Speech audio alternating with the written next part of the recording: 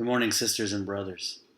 As we continue to pursue Jesus together in this week, walk with him through those days leading up to his execution and his eventual resurrection.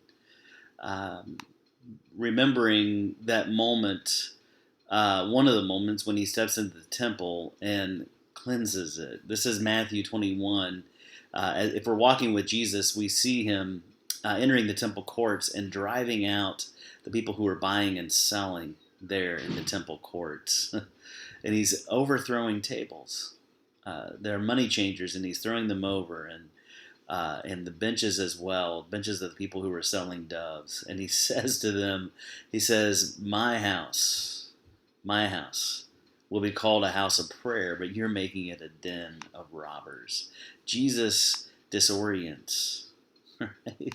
He's provocative in this moment, and he's disorienting. See, he knows that the only way to move from orientation to reorientation is disorientation. Is the only way to go from this day to the next is to go through that long season of darkness.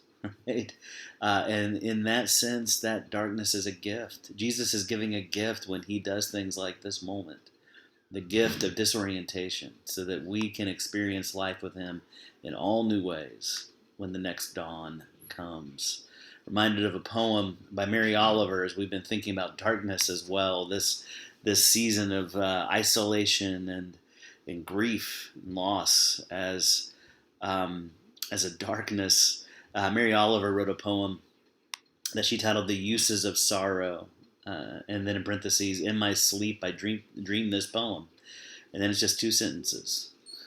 Someone I loved once gave me a box full of darkness. It took me years to understand that this too was a gift.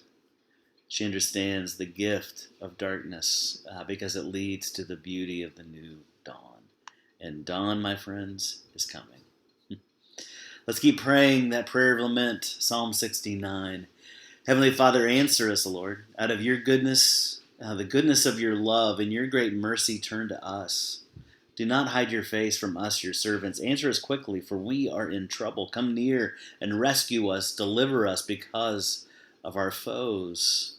You know we're scorned, disgraced, and shamed. All our enemies, sin, evil, and death, and all the others are before you. Scorn has broken our hearts, and they left us helpless. We looked for sympathy, but there was none. For comforters, but we found none. They put gall in our food and gave us vinegar for our thirst. May the table set before them, before sin, evil, and death, and all the others become a snare. May it become retribution and a trap. May their eyes be darkened so they cannot see, and their backs be bent forever. Pour out your wrath on them. Let your fierce anger overtake them, Father. May their place be deserted.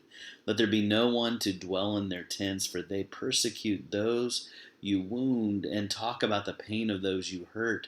Charge them with crime upon crime. Don't let them share in your salvation. May they be blotted out of the book of life and not be listed with those who are right with you.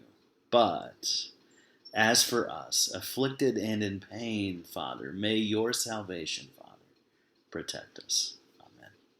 Grace and peace.